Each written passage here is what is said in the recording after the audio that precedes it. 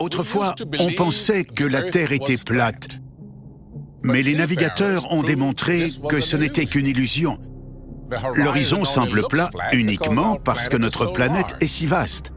Changez de perspective en volant assez haut et vous pourrez voir la courbure de la Terre.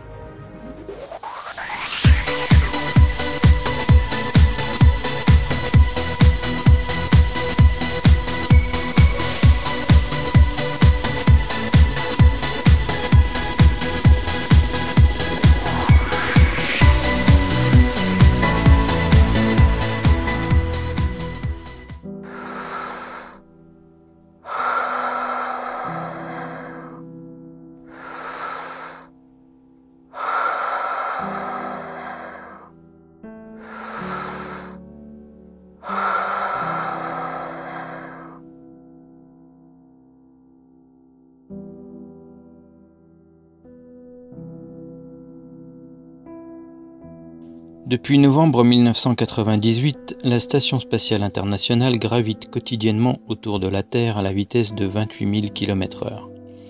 Après avoir passé plusieurs mois à bord de la Station spatiale internationale, le temps est venu pour 3 de ses membres d'équipage de retourner sur Terre.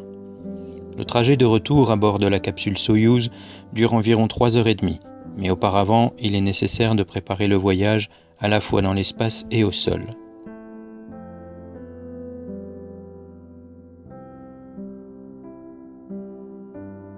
Le site d'atterrissage habituel du Soyouz se situe au Kazakhstan.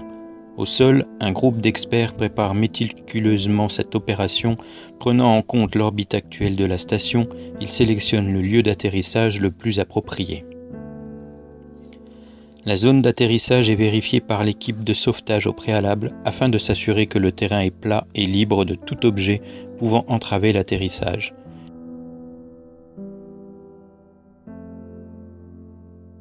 L'équipe de sauvetage peut travailler dans des conditions météo extrêmes.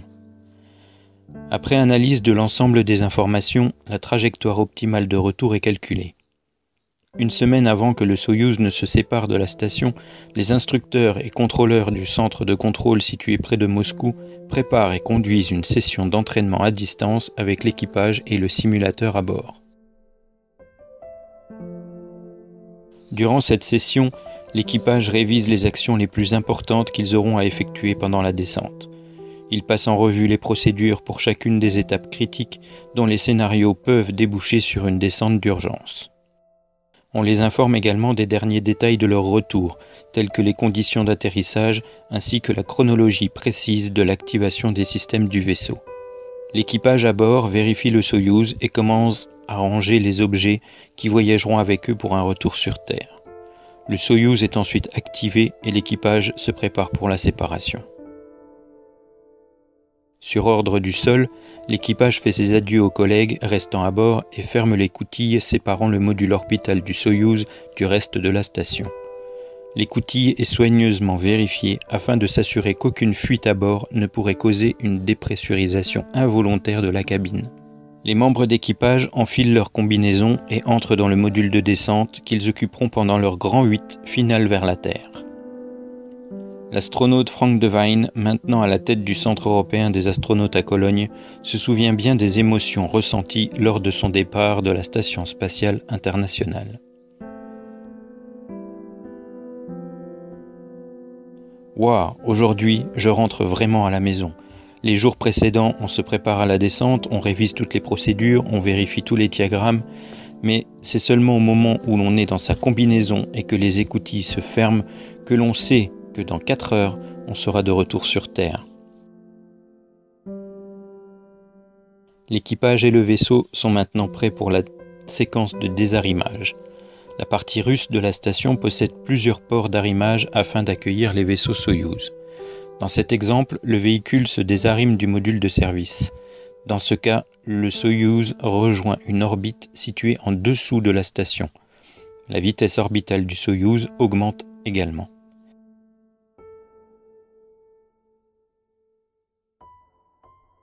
Parfois, en revanche, le Soyouz est arrimé à un port localisé sous la station. Dans ce cas, environ 40 minutes avant le désarrimage, la station change son orientation. Le Soyouz se désarime et rejoint une orbite plus haute et sa vitesse diminue. Dans les deux cas, après une révolution autour de la Terre, les orbites se croisent, mais en raison de leur vitesse maintenant différente, la station et le Soyouz arrivent au point d'intersection à différents moments. Cela empêche la possibilité d'une collision entre les deux vaisseaux.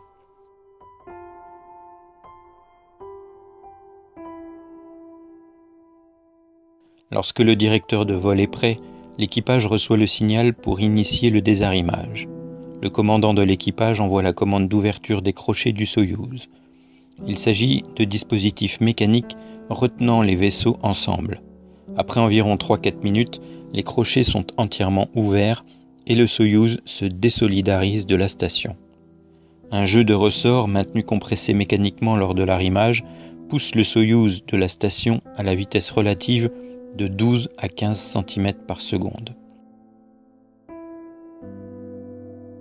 À cette distance, le système de propulsion du Soyouz est désactivé afin d'éviter la contamination de la station par des poussières résiduelles produites par les propulseurs du Soyouz. L'équipage reçoit la confirmation visuelle de la séparation par l'image fournie par les caméras externes ainsi que par les indications affichées sur les moniteurs.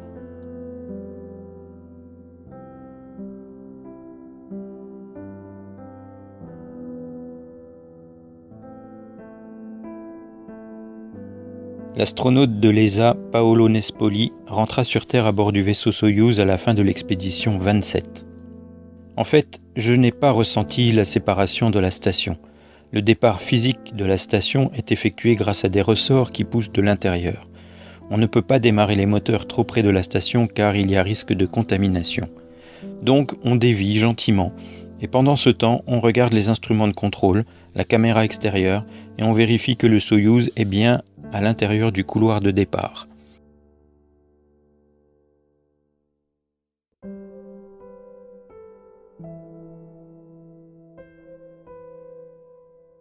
Voilà ce que l'on fait. Je n'ai rien senti vraiment, si ce n'est cette sensation de départ imminent de retour vers la Terre. 3 minutes plus tard, quand le vaisseau s'est déplacé d'approximativement 20 mètres, l'équipage surveille l'impulsion de 15 secondes qui augmente la vitesse de séparation de plus de 2 km/h. Cela conduit le Soyouz à une position sûre par rapport à la station. Après le désarrimage, les contrôleurs au sol envoient les données nécessaires à l'ordinateur de bord pour effectuer la descente de manière autonome. L'équipage est constamment en communication avec la Terre. Il vérifie la validité des données avant de permettre à l'ordinateur de les utiliser. À ce stade, l'équipage doit soigneusement préparer la prochaine étape critique, l'impulsion de désorbitage.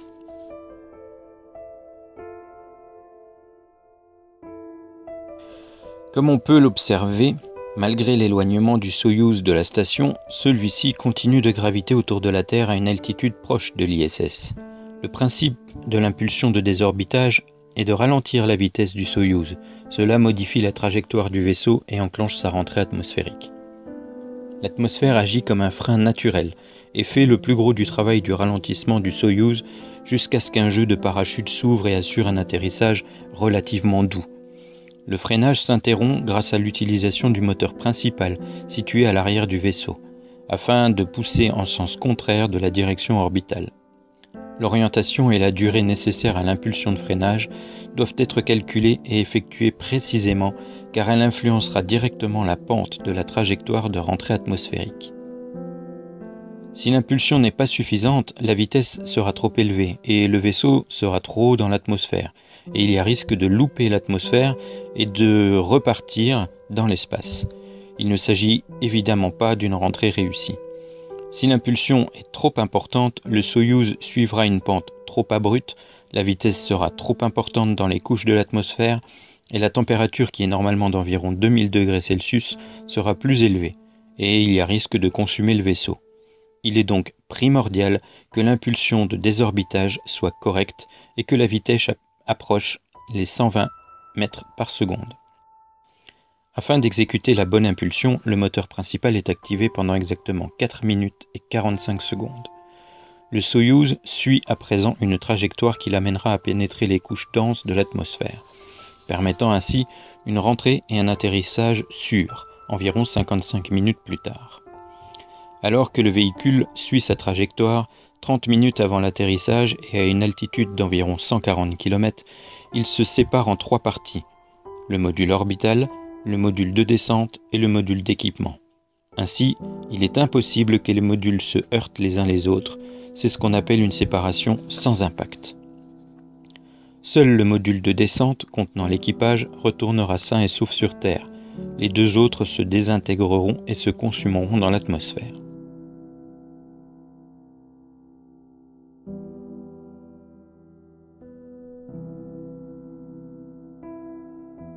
La séparation du vaisseau en 3 parties dure plusieurs secondes, en raison du nombre de pièces qui se détachent les unes après les autres. Toutes ces actions s'effectuent grâce à des boulons explosifs. Vu de l'intérieur du vaisseau, on a l'impression que quelqu'un à l'extérieur donne des gros coups de masse.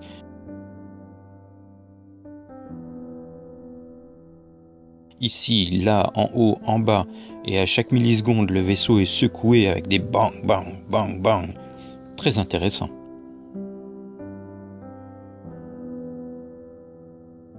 Le module de descente subit des températures extrêmement élevées. Pour le protéger, ainsi que l'équipage pendant la rentrée, il est équipé d'un revêtement spécial et possède à sa base un bouclier thermique. Lorsque l'atmosphère se densifie, le module de descente se positionne de manière à ce que le bouclier thermique soit orienté vers l'avant. La capsule s'apprête à entrer dans l'atmosphère terrestre. Cela sera la partie la plus intéressante du voyage du retour.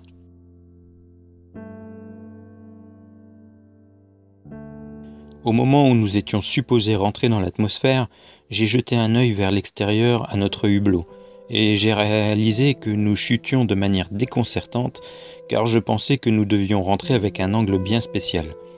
J'ai donc regardé les procédures, puis nous avons corrigé quelques détails et quand j'ai regardé à nouveau, nous étions déjà dans cette couche de plasma. L'extérieur devenait vraiment rouge et la fenêtre s'assombrissait peu à peu.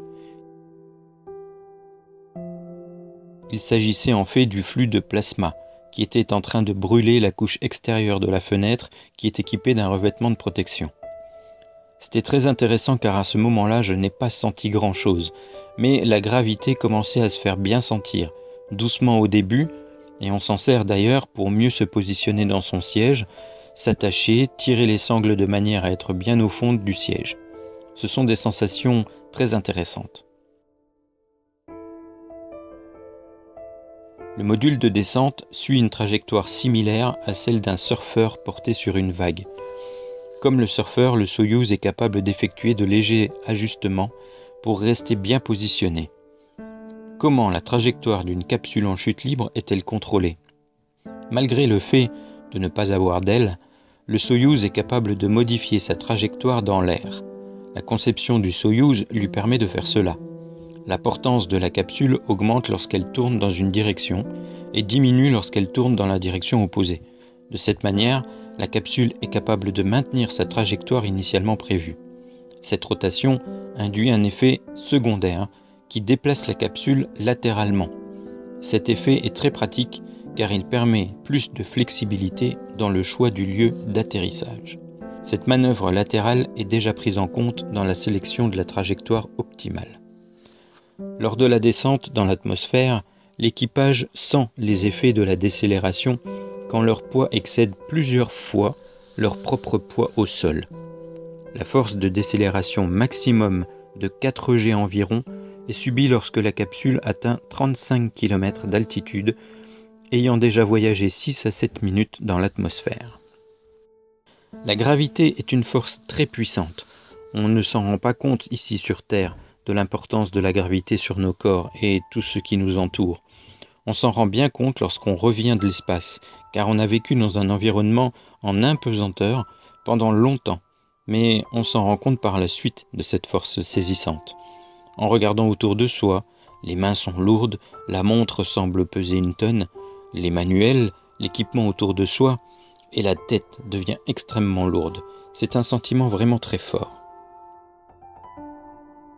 Dans le cas très peu probable où le système de contrôle automatique se montre défectueux, l'équipage peut utiliser le contrôleur manuel comme dispositif de secours. Ils s'entraînent considérablement afin d'être prêts à cette possibilité avant l'envoi dans l'espace. Une autre option est celle de la descente balistique. Le vaisseau commence à tourner sur lui-même et sa trajectoire devient bien plus raide, sans déplacement latéral supplémentaire. Dans ce cas, la force de décélération augmente jusqu'à 9 G. Quand la capsule atteint 10 km et demi d'altitude, sa vitesse a déjà diminué de 28 000 à 800 km/h. Afin de continuer sa décélération, la trappe du parachute est éjectée et une série de parachutes se déploie. À la fin de la rentrée atmosphérique, on commence à entendre le bruit du vent. On s'apprête à atteindre la vitesse du son, mais dans la direction contraire au sens normal bien sûr. Cela se passe à environ 10 km d'altitude, là où le parachute s'ouvre. C'est un moment très critique et représente d'ailleurs l'une des rares phases où l'équipage n'a aucun contrôle manuel. C'est un système complètement automatique. Jusqu'ici, cela a toujours fonctionné. Il y a également un parachute de secours au cas où le principal ne s'ouvrirait pas, mais c'est également un moment très violent. Imaginez-vous cette capsule de près de 2 tonnes qui file à la vitesse du son à travers l'atmosphère, et tout d'un coup, le parachute s'ouvre sur le côté et tire la capsule vers le haut comme une petite balançoire.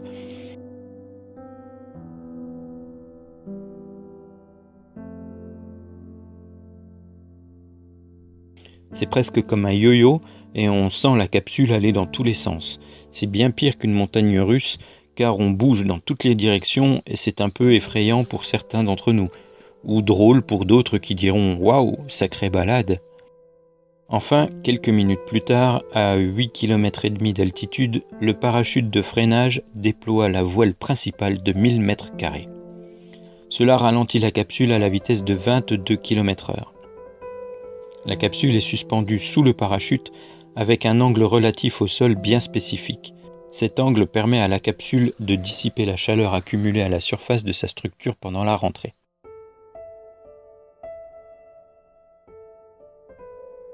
Mais ensuite tout se calme bien sûr. Une fois le parachute principal déployé, on se trouve dans cette aire paisible. Une fois passé cette rentrée et cette ouverture de parachute si violente, on est ensuite suspendu, en sécurité, tout en descendant doucement vers la terre sous le parachute. Et c'est la première fois que l'on se dit « Oui, je suis en sécurité, on y est presque ». À une altitude d'environ 5,5 km, le bouclier thermique et les hublots extérieurs sont largués. La capsule évacue de ses réservoirs le surplus de carburant et d'oxygène afin de réduire les risques d'explosion lors du choc avec le sol. Afin de positionner le vaisseau convenablement pour l'atterrissage, la voile principale passe en suspension symétrique. Cette configuration assure que les sièges des astronautes sont parfaitement positionnés pour absorber le choc de l'impact à l'atterrissage. Les rétrofusées, cachées sous le bouclier thermique, sont préparées à faire feu. À l'intérieur de la capsule, les sièges de l'équipage sont automatiquement relevés afin de préparer les absorbeurs de choc. Généralement, les équipes de recherche et de secours commencent le suivi de la capsule, usant d'avions et d'hélicoptères avant même le déploiement du tout premier parachute. Les hélicoptères atterrissent à proximité de la capsule peu après l'atterrissage et aident l'équipage à sortir. Enfin, à 70 cm au-dessus du sol, les 6 rétrofusées sont allumées afin de ralentir la capsule à la vitesse d'environ 5 km/h. La capsule heurte le sol, mais les sièges continuent de descendre pour absorber le choc, rendant l'atterrissage plus doux. En vérité, l'atterrissage doux n'a rien de doux. On s'y prépare en maintenant les bras contre le corps, en évitant de taper les parties métalliques, en tenant bien ses manuels contre soi, et on ne parle pas pour éviter de mettre la langue entre les dents. On reste allongé afin d'être le plus compact possible dans son siège. Et on attend le moment de l'atterrissage doux, qui pour moi ressemblait plus à une collision frontale entre une petite voiture et un camion. Bien sûr, nous sommes dans la petite voiture quand ça se produit. Et on entend « padaboum ».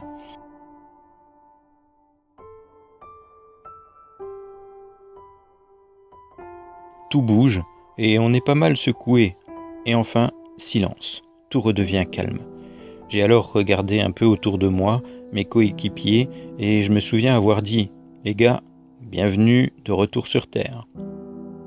Une fois atterri, l'une des premières actions du commandant d'équipage est de relâcher l'une des 2 cordes reliant la capsule au parachute. C'est important car, en cas de vent très fort, cela empêche la capsule de se faire traîner au sol par un parachute gonflé d'air. On sait qu'on est au sol, on entend les voix des équipes de sauvetage qui sont près de la capsule, et on sait que 5 minutes plus tard, ils ouvriront l'écoutille et on pourra respirer l'air frais. L'équipage est maintenant de retour sur Terre, sain et sauf. Ils pourront bientôt rejoindre leur famille et commencer la phase de réhabilitation après leur extraordinaire voyage.